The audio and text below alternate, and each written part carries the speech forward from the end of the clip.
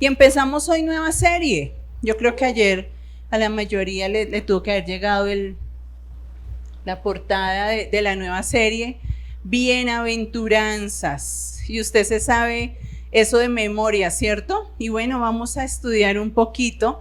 Para aquel que todavía no sabe qué son las bienaventuranzas, vamos a empezar a estudiar en estos días este tema tan maravilloso, donde uno, creo yo que para nosotros como iglesia lo hemos predicado y hemos querido siempre seguir el modelo de Jesús, amén. Creo que es el máximo ejemplo a seguir. Nuestras predicaciones, nuestro caminar, nuestro andar, allí debe estar Jesús siempre, amén, siempre Jesús ahí. Y uno de los momentos más impactantes en la vida de Jesús, en el ministerio de Jesús acá en la tierra, cuando él ya empieza su ministerio, después de que va al desierto, después de que es tentado y empieza su ministerio, es justamente ese sermón que nosotros leemos, o los estudiosos, los que nos han traído las traducciones de la palabra, le han puesto el Sermón del Monte. Y es uno de los puntos culmen de Jesús. Creo que ningún discurso, ni siquiera a nivel secular, usted sabe por ejemplo que Hitler era un gran orador, por eso convencía tanto, ¿no? Por eso llevaba multitudes con él. Pero ni siquiera Hitler, con sus muy elocuentes discursos, logra nivelar o llegar al punto del nivel del discurso de Jesús en este Sermón del Monte. Ese Sermón del Monte es un momento que Jesús deja para la posteridad, que Jesús deja desde ese momento para las generaciones. Es un discurso atemporal, es un discurso que le sirvió en ese momento a los discípulos, que sirvió para los que vinieron después, pero que hoy día nos sirve a nosotros, y lo más importante es que servirá para las generaciones venideras hasta que el Señor, hasta que escuchemos esa última trompeta que nos hablaba el pastor hoy. Amén. Así, de esa magnitud es el discurso de Jesús. Quienes han tenido la oportunidad de ir a Tierra Santa y estar allí en esos lugares donde Jesús predicó, en esos lugares donde Jesús caminó, en esos lugares, imagínense, Jesús no tenía, siempre les contamos, no tenía micrófono, no tenía amplificación, y sin embargo esos lugares representaban tanto para ese momento y ese lugar, que no lo necesitaba. Dice que lo escuchaban 5,000 personas a viva voz. Eran lugares incluso acústicos, ¿sí? Las personas que han estado allá han podido hablar, y realmente son lugares que generan una amplificación de voz sin necesitar nada de tecnología. Pero más allá de eso, Mateo 5, 6 y 7 contiene uno de los mayores tesoros de la palabra, yo creo que de Génesis a Apocalipsis, y allí es donde nos vamos a enfocar. No vamos a estudiar, por supuesto, los 3 capítulos, solamente nos vamos a enfocar en Mateo 5, los primeros 12 versículos, donde aparecen las 8 bienaventuranzas que el Señor Jesús dio allí a sus discípulos. Pero la tarea, iglesia, es que mínimo como cristianos nosotros deberíamos mínimo una vez al mes leer esos 3 capítulos, mínimo, como mínimo. Así usted esté leyendo otro libro, así usted esté leyendo otra epístola, pero cada mes volver a ese sermón que fue tan importante para los discípulos, que fue tan importante para Jesús y por supuesto también para nosotros. Este mensaje que Jesús dio en estos capítulos es un mensaje donde hay una riqueza impresionante, y si nosotros lográramos encontrar esa riqueza, lográramos captar esa riqueza, nuestra vida espiritual iría a un siguiente nivel, iría a un paso más, subiría un escalón más, nos animaría, nos llevaría. Es un mensaje que no termina, es un mensaje al que nosotros podemos predicar, como César lleva desde el año pasado, enseñándonos desde septiembre Apocalipsis. Versículo a versículo lo hemos estado estudiando, y vamos en Apocalipsis 9, y son 21, 24. Bueno, ustedes saben más que yo. Son 20 y algo de capítulos y apenas vamos en el capítulo 9 estudiando versículo a versículo. Si lo hiciéramos igual con este sermón del monte, creo que también tendríamos tema de acá hasta que el Señor venga, ¿cierto que sí? Es un mensaje que no para de sondear el corazón del hombre, que no para de buscar lo que hay de verdad en nuestra mente y en nuestra vida. Es un mensaje que tiene mucha riqueza en dos direcciones, iglesia, para los que son juiciosos y toman nota. Es un mensaje, el sermón del monte es un mensaje que va en dos vías. Una, es un mensaje generacional. Es un mensaje para nuestras generaciones, no solamente para nosotros. Es un mensaje que nosotros debemos transmitir de generación en generación. Y el otro camino es que este sermón del monte es un mensaje para ayudarnos a avanzar en madurez, para transformar nuestra vida espiritual y llevarla a donde Dios quiere que la llevemos. Probablemente muchos de nosotros, creo que el 90% de quienes estamos acá llevamos años en el Señor, pero llegamos a experimentar muchas veces un estancamiento. Nos quedamos en un punto y pareciera que de allí no avanzamos y al contrario empezamos a retroceder incluso en nuestras disciplinas espirituales. Pero este sermón, iglesia, si usted logra encontrar el espíritu de ese sermón, si usted logra encontrar la esencia, usted va a tener herramientas para avanzar en el Señor. ¿Cuántos dicen amén? Hermana Mayrín, gracias. La hermana Mayrín va a avanzar. Hace unos días estuvo compartiéndonos la palabra al equipo de líderes de la iglesia, el pastor Miguel Talero, Miguel Enrique, Miguel Jr. Y él trajo un mensaje claro, un mensaje de generaciones, un mensaje que debe ser llevado generacionalmente. Él nos hacía, digamos que una alerta de enfocar nuestros esfuerzos en esas generaciones que vienen detrás de nosotros y que hoy día, iglesia, tristemente no saben quién es Dios, no han escuchado de Dios. Nosotros tenemos personas, jóvenes, niños, que nunca en su vida nadie les ha dicho quién es esa persona de Jesús. Y nosotros como iglesia estamos llamados a entregar a nuestras generaciones esa palabra.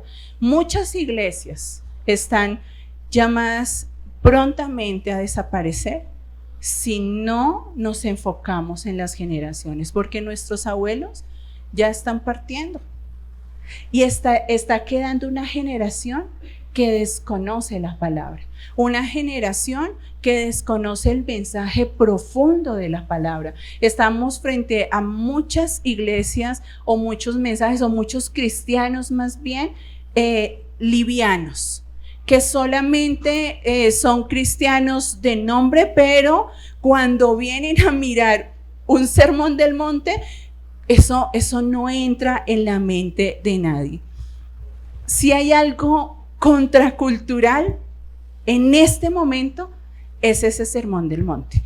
Escúcheme, es un sermón atemporal, es un sermón que no tiene fin, que sirve para cada generación, pero en esta generación, en este tiempo que usted y yo vivimos, si hay algo contracultural, es este mensaje del sermón del monte. Y por eso es que para nosotros es importante que como iglesia lo descubramos, lo aprendamos, ustedes y nosotros junto a ustedes, empecemos a descubrir qué secretos, qué tesoro, qué puedo yo sacar de allí, de ese Mateo 5, 6 y 7, que a mí me puede ayudar en esta contemporaneidad en la que estoy viviendo. Como joven, como adulto mayor, como niño, ¿qué puedo yo rescatar de allí? Este sermón, iglesia, es como si Jesús trazara una línea acá en la mitad de la iglesia. Para Jesús, nosotros siempre les hemos dicho que Dios es de muchos colores. Tú puedes ver a Dios diferente a como lo ve Valeria, o puedes ver a Dios diferente a como lo ve Mayrín. Dios es de muchos colores, pero cuando se trata de decidir un bando, en Dios no hay grises. ¿En Dios es blanco o negro? Él traza una línea y este sermón básicamente es eso. Él traza una línea donde dice, a este lado los que son y a este lado los que no son. En este sermón del monte nosotros, por ejemplo, encontramos cosas como los fríos y los calientes. No, acá eran los que son, ¿cierto? Los calientes y los fríos, ¿cierto que sí? Los que recogen y los que desparraman. Para Jesús no hay mucho gris en esas palabras que él nos dice. Y encontramos en este sermón cosas como que Jesús dice, ustedes escucharon que se dijo, pero ahora yo les digo. Ustedes escucharon que en algún momento, de pronto ustedes escucharon que se dijo ojo por ojo, diente por diente, pero ahora yo les digo, amen a sus enemigos, ¿cierto que sí? Eso nos dice Jesús. En un bando de pronto los prudentes, en el otro los insensatos. En un bando los sabios, en otro bando los necios. No hay términos medios. No hay eso que usted dice, yo sé que estoy en pecado, pero el Señor sabe cómo es mi corazón. En Dios no hay eso, iglesia. En Dios eres o no eres. De hecho, Apocalipsis lo dice, o frío o caliente, porque o si no, afuera mi amor. ¿Cierto que sí lo dice el Señor? ¿Y cuántos de nosotros caminamos en la línea? ¿Cuántos de nosotros estamos en tiempos en que no podemos seguir en esa línea, iglesia? Necesitamos tomar una decisión. Vamos a leer, yo creo que hoy, si el Señor nos lo permite, solamente 5 versículos de ese Mateo 5. Y vamos a empezar por el versículo 1. Dice la palabra del Señor, y yo quiero que usted me siga. Hay mayor recordación cuando usted lee, escucha y mucho más cuando usted escribe. Cuando lee, escucha y escribe, la recordación es mayor en nuestro cerebro. Amén. Mire ese versículo 1. ¿Qué dice ahí la palabra? Viendo la multitud, subió al monte y sentándose vinieron a él sus discípulos. Verso 2. Y abriendo su boca les enseñaba diciendo. ¿Sabe que dejémoslo ahí hasta el primero? Estos 2 versículos son impactantes. Son increíblemente impactantes. ¿Sabe qué pasa? Hace miles de años Dios en un monte, en el monte Sinaí, se sentó en una conversación con Moisés. Y en esa conversación le dijo, le dictó, le proclamó los 10 mandamientos. ¿Lo recuerdan? Dios mismo escribió con su dedo en unas tablas los 10 mandamientos. Ahora, en esta conversación de Jesús con sus discípulos, está el mismo Dios de hace miles de años, pero ahora este Jesús, este Dios encarnado en Jesús, les está diciendo a sus discípulos, vine a aclarar lo que en ese momento le dijimos a Moisés. Vine para enseñarles porque ustedes se enredaron en miles y miles de reglas y de normas y se perdieron de la conversación de entender que para mí lo que importa es el corazón. Y hay un Jesús allí, un Dios encarnado, dispuesto a enseñarle a sus discípulos el verdadero espíritu de la ley. El verdadero espíritu. En este sermón, Jesús claramente dice que Él no vino a derogar la ley, sino ¿a qué? A cumplir la ley. Pero para los discípulos y para los fariseos y para los escribas y para todo aquel que escuchaba a Jesús en ese momento, no era fácil de entender, no era coherente cómo Jesús pedía que se cumpliera la ley, pero que no usáramos el ojo por ojo. Cómo Jesús decía, ustedes oyeron decir que no adulterarás, pero ahora yo te digo. Ellos no podían entender eso, pero ahora yo te digo que tan solo con una mirada tú ya estás adulterando en el corazón. Ellos se quedaban solamente en la forma de la ley, pero Jesús en este sermón del monte quiere explicar, quiere ayudarnos a entender a todos realmente lo que Dios quiso decir. Y yo creo que a usted le ha pasado. Tal vez Jesús le está diciendo, entendieron mal lo que yo le dije a Moisés. Ustedes se ocuparon solo de hacer reglas y se olvidaron realmente de lo que está en el corazón. Jesús va a empezar a redefinir en este sermón del monte el espíritu de la ley, a darle una nueva dimensión, no a quitarla, sino a redefinirla, a dejar establecido un nuevo significado basado en la gracia y basado en el amor. Este sermón empieza tal vez con lo que es el corazón de este mensaje, que son las bienaventuranzas. Y las bienaventuranzas, la palabra bienaventurado significa dichoso, doblemente feliz. Mírele la cara de bienaventurado que tiene su vecino. Pero bienaventuranza significa doblemente feliz, doblemente bienaventurado. Y ese es como el corazón de ese mensaje. ¿Quiénes son? ¿Qué es lo que quiere decir Jesús? ¿Quiénes son los dichosos? ¿Quiénes son? ¿Quiénes son los que de verdad son y serán felices? Porque nosotros, iglesia, tenemos un concepto muy diferente de lo que es felicidad, muy alejado de lo que Dios piensa que es felicidad. Nosotros pensamos diametralmente opuesto a esto. Pero también es un manual, estas bienaventuranzas, para crecer en madurez. Yo espero de verdad, creo realmente, que usted sabe que hay ciclos de 7 años y hay ciclos de 10 años. Lighthouse está terminando un ciclo y está empezando otro. Empieza un nuevo ciclo para nosotros como iglesia, y lo creo de verdad. Y creo que ese ciclo que empezamos será de madurez y de crecimiento personal, de madurez y crecimiento en adoración, de madurez y crecimiento en la palabra. Amén. Sigamos leyendo. Versículo 3.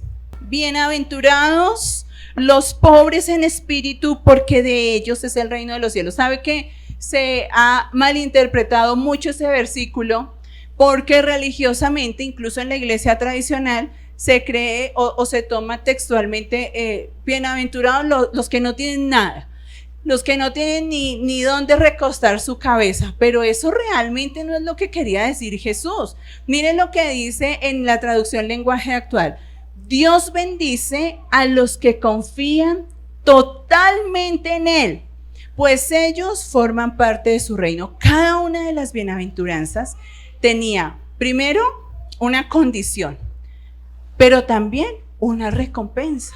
Y dice ahí la palabra: bienaventurados los pobres en espíritu, porque de ellos será el reino de los cielos. Nosotros tal vez peleamos por un reino terrenal, ¿cierto? Y vemos peleas y luchas. Hoy le contaba esta mañana a César, estoy viendo La Isla de los Famosos. A mí todo lo que sea reality me encanta. Y me estoy viendo La Isla de los Famosos. Y en el último capítulo que vi, porque lo veo por internet, me dan muchas arteras las propagandas, pero en serio, en el último capítulo que vi, un acto de corrupción. Un líder de una tribu, yo no sé si usted ve eso, si no, véaselo. Un líder de una tribu usó los recursos de la tribu para su beneficio propio. Y yo le decía a César, es tremendo cómo es el corazón del ser humano, porque lo que el corazón del ser humano siempre busca es poder, ganar, sin importar el bien común. Para la mayoría de nosotros, lo importante es el bien personal. El resto, suerte es que les digo, ¿cierto? Desde que yo esté bien, que el resto, Dios los bendiga. En un mundo, iglesia, donde prima el orgullo, donde prima la independencia, estamos ante unas generaciones donde el orgullo es lo máximo, ¿no? Entonces escuchamos del orgullo gay y el orgullo feminista y el orgullo, eso es lo que nosotros estamos viviendo y lo que todo alrededor nos está adoctrinando. El mundo nos está adoctrinando para levantarnos en orgullo y en independencia. Que a mí nadie me diga nada, Yo puedo hacer con mi cuerpo lo que yo quiera. Yo puedo vivir como yo quiera. Mis hijos pueden vivir como ellos quieran. Y eso es lo que nos está mandando el mensaje de este mundo. Y en ese mensaje de este mundo, miren lo contracultural de Jesús. Jesús dice, no. Ustedes no son felices cuando se levantan en orgullo, tampoco son felices cuando se levantan siendo independientes, como tanto cristiano independiente que encontramos por ahí.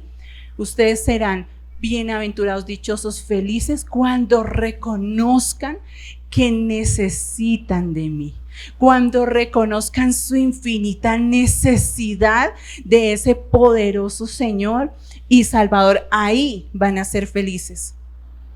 No olvide, no, ponga una notica ahí en su cuaderno. Recuerde que estos mensajes son generacionales, pero para que crezcas en madurez.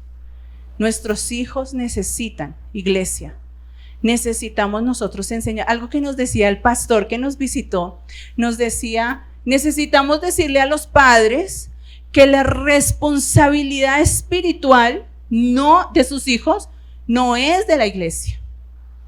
La responsabilidad espiritual de los hijos es de los papás. Hijos, ¿tienen acá sus papás? Mírenlos. Mírenlos, voltéelo, hale la mirada. Es de los papás. Dejamos esa responsabilidad. De hecho, hay hijos que vienen a la iglesia solos porque no hemos entendido que la responsabilidad espiritual de mis hijos es mía, no de nadie más. No es del líder de jóvenes, no es del pastor, no es mía, es mi responsabilidad. Entonces, 1, generaciones, no se te olvide. 2, madurez. Necesitamos entender, iglesia, que el Señor espera de nosotros una actitud de necesidad absoluta, de hambre, de decir, no puedo si no estás conmigo. Pero afuera nos comportamos como personas independientes de Dios y no nos importa lo que Dios piense o lo que Dios opine. Volvamos, iglesia, volvamos a necesitar del Señor, volvamos a derramar nuestro corazón a decirle a Dios, te necesito tanto que no importa si tengo la camioneta aquí afuera parqueada, no importa si tengo 30 gozosos, mi necesidad mayor eres tú. Si no te tengo a ti, soy un pobre humano que no tiene cómo vivir. Eso es lo que quiere el Señor. Versículo 4. En la lenguaje actual dice, Dios bendice a los que sufren, pues Él los consolará. Y ahí toda la iglesia dice,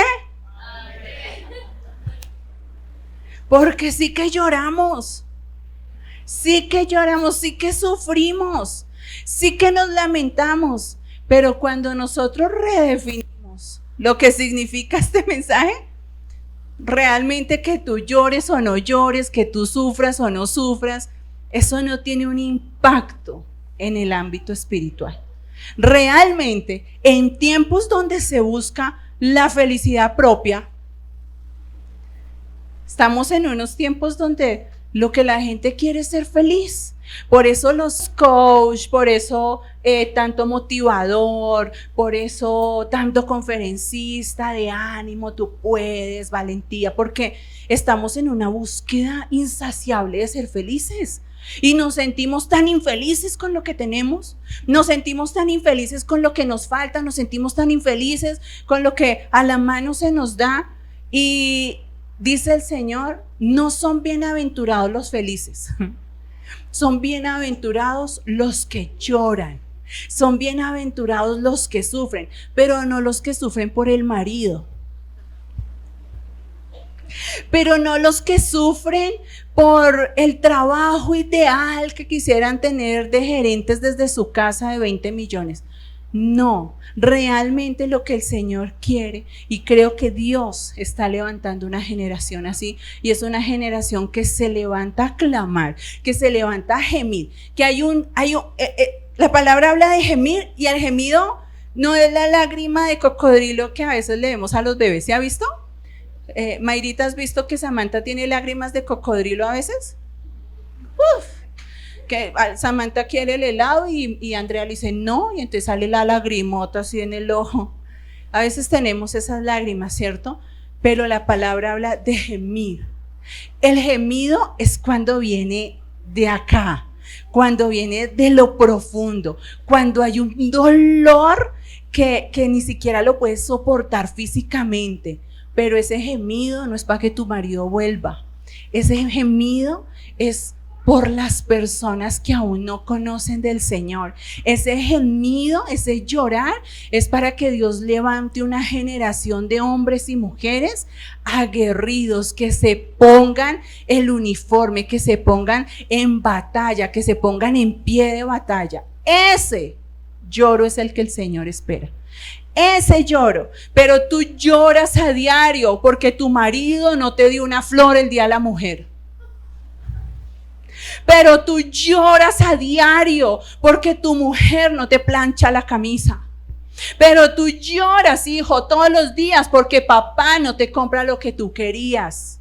Tú lloras porque papá Dios no te ha dado el sueño maravilloso de ser famoso. Bienaventurados los que lloran. Bienaventurados. Yo sí creo que hay una generación que se está levantando. Lo estamos viendo, gracias a Dios por las redes.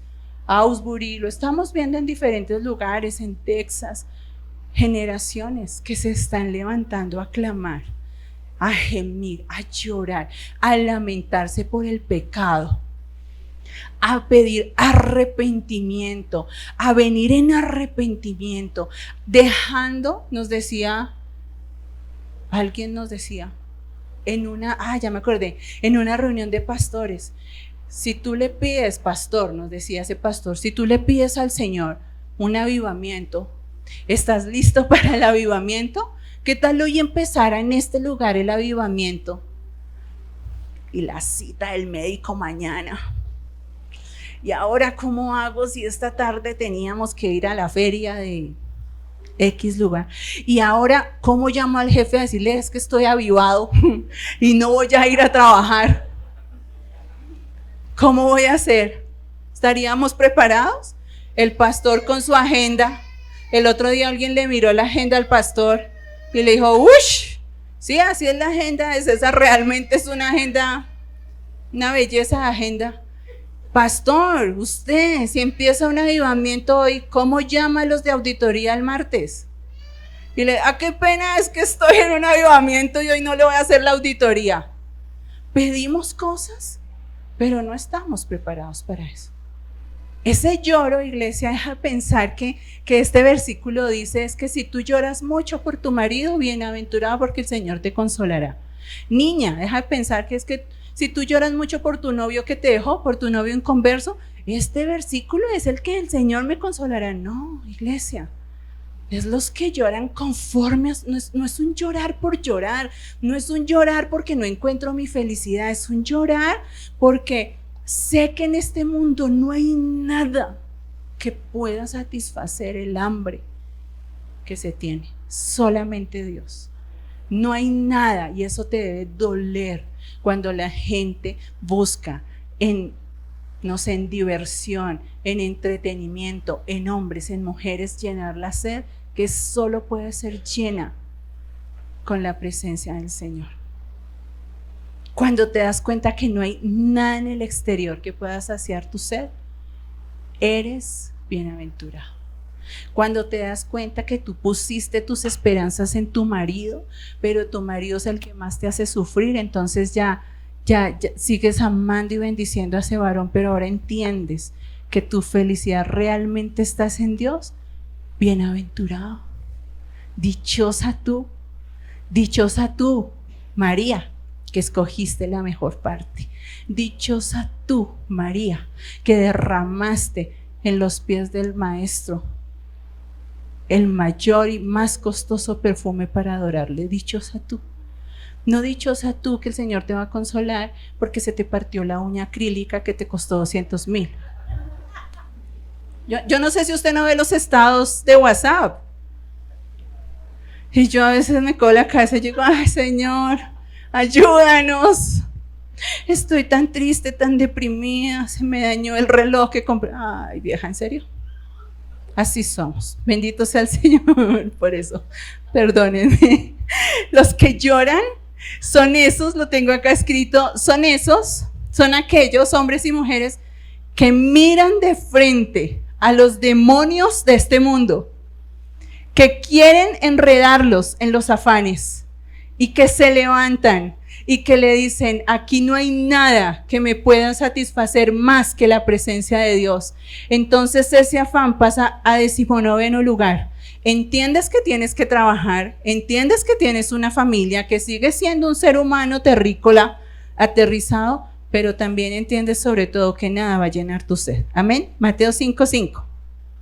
Bienaventurados los mansos. En lenguaje actual dice: Dios bendice a los humildes, pues ellos recibirán la tierra prometida. Oiga, si hay algo que no fue Jesús, fue menso. Jesús no fue menso. Me encanta el carácter de Jesús. Un carácter tan controlado, pero carácter. Un día tiró las mesas. Ay, qué chévere, yo quisiera hacer eso. Paula y yo decimos, esos versículos nos encantan. Cuando dicen: Gálatas insensatos, raza de víboras. Eso quisiéramos pararnos, Paula y yo, en una esquina, decir: la raza de víboras, ¿cierto? Decimos, esos versículos nos gustan. Cuando se muestra el temple de Jesús, pensamos que Jesús fue menso. No, Jesús fue manso. En ninguna otra parte de la palabra, y casi que Jesús no lo hacía. Lo hizo Pablo por allá, pero Jesús casi no lo hacía, decir: hagan como yo. Pero en este momento Jesús sí dice: sean como yo, que soy manso, no menso, manso y humilde de corazón. En un tiempo, iglesia, donde la sed de poder, ay, Dios mío, es que hasta en los púlpitos, hasta en los ministerios, sed de poder, de yo soy el que mando, en los hogares, hombres que se levantan y dicen: aquí el hombre soy yo, y usted aquí me obedece porque yo soy la cabeza, porque Cristo dijo que yo soy la cabeza. Y sí, eso dijo el Señor, pero eso es para otra charla. Entonces, en un tiempo donde hay una sed de poder tan increíble, donde aquí luchamos a ver quién puede más, quién tiene más seguidores, en un mundo donde nada es privado, entre más público sea mejor. Entonces tú publicas hasta el panty que compraste, ¿cierto? Y hay otra gente que dice: ay, a mí sí me gusta que publiquen sus paseos, su comida. Y yo digo: pues publiquen cositas, pero le eché sal al huevo. Bueno, pues si usted se siente tranquilo con eso, bendito sea el Señor. Pero estamos en un mundo donde lo privado está out. Mejor si todo es público. Si ese soy yo, y al que le guste, independencia, soberbia, rebeldía. Si a usted no le gusta, pues no es mi problema, ¿cierto? En ese mundo estamos y publicamos todo. Pero ¿por qué publicamos todo? Porque queremos poder, porque queremos que todos me amen. Ay, tan bonita como publica el huevo hervido con sal. Ay, y entonces ganamos adeptos, ¿cierto? Y en ese mundo Jesús dice: mejor sea humilde. Cuando usted sea humilde, ahí sí, siéntase dichoso. Pero seguramente los jóvenes que están acá se sienten dichosos cuando hay muchos likes en sus publicaciones, cuando rompen en TikTok, ¿cierto? Y se sienten desdichados cuando pierden sus redes, y se sienten desdichados cuando a alguien se les copió algo de la red, o cuando solo tuvieron 2 me gusta. Uy, eso es terrible. Y entonces nosotros, ¿qué le estamos enseñando a nuestros hijos? ¿Qué estamos llevando a esas generaciones? ¿Sabes que una chica no sale en su Instagram o en su red medio vestida porque ama a Cristo? No sale es porque necesita aceptación, porque necesita que a través de un like, digamos que es la mentalidad, ¿no? Que a través de un like me aceptan, me reconocen y me aman. Y necesitamos nosotros decirle a nuestros hijos que las cosas no son así. Amén. En un mundo donde se quiere poder tener saber. Jesús dice, mejor humilde, mejor manso. Si hay algo que necesitamos, iglesia, hoy día es mansedumbre. Y hoy decía César temprano en Apocalipsis, solamente la oración va a sostener al cristiano en los últimos tiempos, solamente la oración. Y ahora yo les pongo otro ingrediente, solamente la oración y la mansedumbre va a mantener a un cristiano en pie en estos últimos tiempos que estamos viviendo. ¿Por qué? Porque nosotros tenemos una naturaleza pecaminosa que a veces sale a flote y que queremos ser de todo menos mansos. Queremos ser de todo menos tener mansedumbre, ni con el vecino, ni con el taxista, ni con nadie. ¿Usted no ha dicho esto? A mí nadie me la monta, ¿cierto? Y si se meten con mis hijos, menos. Mansedumbre. Pero hay promesa. Heredarán la tierra. Heredarán la tierra. Puede ser que tú no lo veas hoy día. Puede ser que en esta vida no lo veas. Pero un día vas a ver tu heredad. Un día vas a ver tu heredad. ¿En qué lado estás, iglesia? Tienes que definirte. Tienes que tomar una decisión. Y hoy es un buen día. Tal vez estás pensando que para ti no es este mensaje. Tal vez tú te sientes lejos. Tal vez tú te sientes tan pecador que crees que esto no es para ti. Pero yo tengo que decirte que Dios quiere algo más grande, incluso que tú mismo para tu vida. Dios quiere algo más grande, mucho mayor. Él tiene algo mayor para nosotros. Vivimos en un mundo donde se nos hace pensar que tomar la cruz es una pérdida de tiempo. ¿Para qué? ¿Usted para qué se levanta un domingo tan temprano? Si el domingo es de ciclovía, gimnasio y lavar el carro y el perro. Porque todo se trata de nosotros mismos en este mundo. Para Dios todo se trata de otros. Para Dios todo se trata de otros. Estamos en un sistema, iglesia, que busca adormecernos, que busca adormecer nuestra conciencia, que busca adormecer nuestra conciencia de pecado con pequeñas dosis. ¿Saben que el problema de las falsas doctrinas? Escúcheme esto, atiéndame esto. El problema de las falsas doctrinas no es el error. El problema de las falsas doctrinas es que toman un montón de verdad y le ponen una gotica de error. Y entonces, como tú tienes tanta verdad, pero no notas el error, tú te involucras y te adormeces en esas falsas doctrinas. Y entonces tú te encuentras con personas completamente convencidas de la falsa doctrina, porque se dejaron llevar por la gran verdad, pero ignoraron el pequeño error. Eso pasa con nuestras vidas. Pero es que todo está bien. Pero es que mi vida funciona perfectamente. Pero es que mis hijos no son drogadictos. Y a decir verdad hoy día, eso ya es una gran ganancia. Pero es que mis hijos, mi hija ya tiene 25 años y no ha tenido un hijo. A decir verdad, hoy día, eso es una gran ganancia. Y entonces tú te dejas involucrar y te dejas adormecer. Pero viene el Señor con palabras como estas a decirnos: levántate, levántate tú que duermes. Levántate, iglesia, despierta. No permitas que se adormezca más tu conciencia con esas pequeñas dosis. Discierne, entiende. Levántate en una generación contracultura hoy.